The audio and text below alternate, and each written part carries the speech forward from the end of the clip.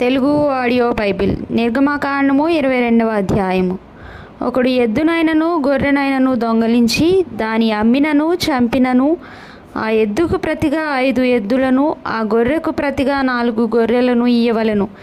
దొంగ కన్నము వేయిచుండగా వాడు దొరికి చచ్చునట్లు కొట్టబడిన ఎడల అందువలన రక్తాపరాధం ఉండదు. సూర్యుడు ఉదయించిన తరువాత వాని కొట్టిన ఎడల వానికి రక్తాపరాధముండును. వాడు సరిగా సొమ్ము మరలా చెల్లింపవలెను. వానికేమీ లేకపోయిన ఎడల వాడు దొంగతనము చేసినందున అమ్మబడవలెను.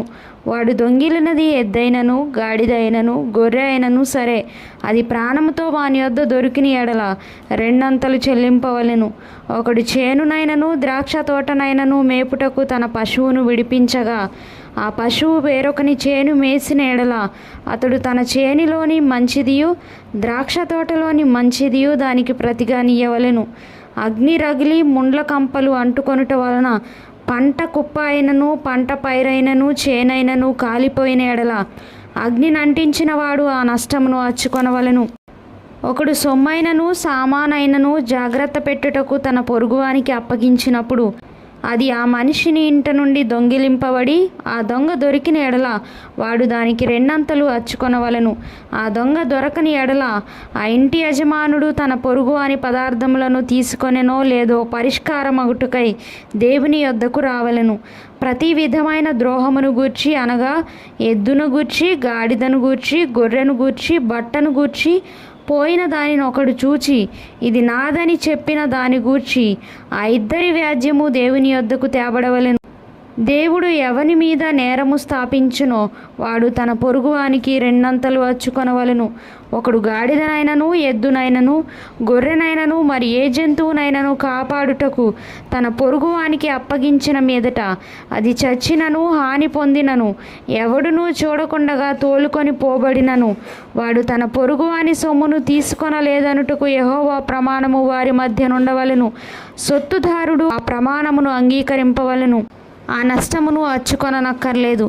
అది నిజముగా వాని యొద్ద నుండి దొంగిలబడిన ఎడల సొత్తుదారునికి ఆ నష్టమును అచ్చుకొనవలెను. అది నిజముగా చీల్చబడిన ఎడల వాడు సాక్ష్యము కొరకు దాన్ని తేవలెను. చీల్చబడిన దాని నష్టమును అచ్చుకొననక్కరలేదు. ఒకడు తన పొరుగువాని యొద్ద దేనినైనను బదులు తీసుకొని పోగా దాని యజమానుడు దాని యొద్ద లేనప్పుడు అది హాని పొందినను చచ్చినను దాని నష్టమును అచ్చుకొనవలెను. దాని యజమానుడు దానితో నుండిన ఎడల దాని నష్టమును అచ్చుకొననక్కరలేదు. అది అద్దెదైన ఎడల అది దాని అద్దెకు వచ్చెను. ఒకడు ప్రదానము చేయబడని ఒక కన్యకను మరులు కొల్పి ఆమెతో శయనించిన ఎడల ఆమె నిమిత్తము ఓలి ఇచ్చి ఆమెను పెండ్లి చేసుకొనవలెను. ఆమె తండ్రి వానికి ఇయ్యనొల్లని ఎడల వాడు కన్యకల ఓలి చొప్పున సొమ్ము చెల్లింపవలెను. శకునము చెప్పు దానిని బ్రతుకనీయకూడదు. మృగ సంయోగము చేయు ప్రతివాడు నిశ్చయముగా మరణశిక్ష నొందవలెను. యెహోవాకు మాత్రమే గాక వేరొక దేవునికి బలి అర్పించువాడు శాపగ్రస్తుడు. పరదేశిని విసికింపవద్దు, బాధింపవద్దు. మీరు ఐగుప్తు దేశంలో పరదేశులై ఉంటిరి గదా. విధవరాలినైనను దిక్కులేని పిల్లనైనను బాధ పెట్టకూడదు. వారు నీ చేత ఏ విధముగానైనను బాధ నొంది నాకు మొరపెట్టిన ఎడల నేను నిశ్చయముగా వారి మొరను విందును. నా కోపాగ్ని రగులుకొని మిమ్మను కత్తి చేత చంపించెదను. మీ భార్యలు విధవరాండ్రగుదురు, మీ పిల్లలు దిక్కులేని వారగుదురు. నా ప్రజలలో నీ యొద్ద నుండి ఒక బీదవానికి సొమ్ము అప్పిచ్చిన ఎడల వడ్డీకిచ్చు వాని వలె వాని ఎడల జరిగింపకూడదు. వానికి వడ్డీ కట్టకూడదు. నీవు ఎప్పుడైనను నీ పొరుగువాని వస్త్రమును కుదువగా తీసుకున్న ఎడల సూర్యుడు అస్తమించు వేళకు అది వానికి మరలా అప్పగించుము. వాడు కప్పుకొనినది అదే, అది వాని దేహమునకు వస్త్రము. వాడు మరి ఏమి కప్పుకొని పండుకొనును? నేను దయగలవాడును, వాడు నాకు మొరపెట్టినెడలా నేను విందును. నీవు దేవుని నిందింపకూడదు, నీ ప్రజలలోని అధికారిని శపింపకూడదు. నీ మొదటి సస్యద్రవ్యములను అర్పింప తడవు చేయకూడదు. నీ కుమారులలో జ్యేష్ఠుని నాకు అర్పింపవలెను. అట్లే నీ ఎద్దులను నీ గొర్రెలను అర్పింపవలెను. 7 దినములు అది దాని తల్లి యొద్ద ఉండవలెను. 8వ దినమున దానిని నాకు ఇయ్యవలెను.